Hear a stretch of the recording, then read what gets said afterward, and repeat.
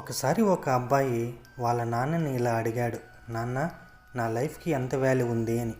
అప్పుడు వాళ్ళ నాన్న అన్నారు, ఒకవేళ నువ్వు నిజంగా నీ లైఫ్ వాల్యూ తెలుసుకోవాలనుకుంటే మీ తాతగారు వాడిన 50 సంవత్సరాల క్రితం వాచ్ని నీకు ఇస్తాను. ఈ వాచ్ని నగల దుకాణం దగ్గరికి వెళ్ళి అమ్మటానికి ప్రయత్నించు, వాళ్ళు ఎంత ఇస్తారో అడుగు అంటాడు. అప్పుడు ఆ అబ్బాయి నగల దుకాణం దగ్గరికి వెళ్ళి అడుగుతాడు. వాళ్ళు ఇది చాలా పాతది, 150 రూపాయలు మాత్రమే ఇవ్వగలం అంటారు. అదే విషయాన్ని తండ్రికి వచ్చి చెప్తాడు. అప్పుడు తండ్రి పాన్ షాప్ దగ్గరికి వెళ్ళి అడుగు అంటాడు. అప్పుడు ఆ అబ్బాయి పాన్ షాప్ దగ్గరికి వెళ్తాడు. వాళ్ళు 10 రూపాయలు మాత్రమే ఇవ్వగలం, ఇది బాగా తుప్పుపట్టి ఉంది అని చెప్తారు. అదే విషయాన్ని తన తండ్రితో వచ్చి అబ్బాయి చెప్తాడు. ఈసారి తండ్రి మ్యూజియం దగ్గరికి వెళ్ళి అడిగి చూడు అంటాడు.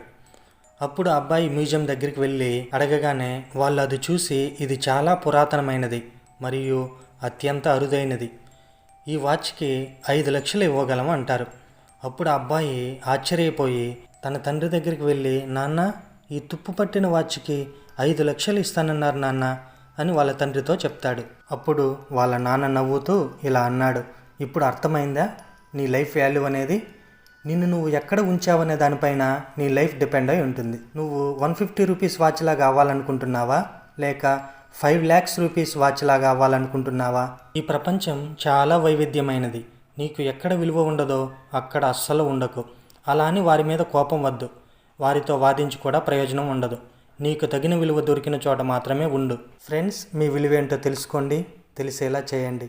Thank you friends, thanks for watching.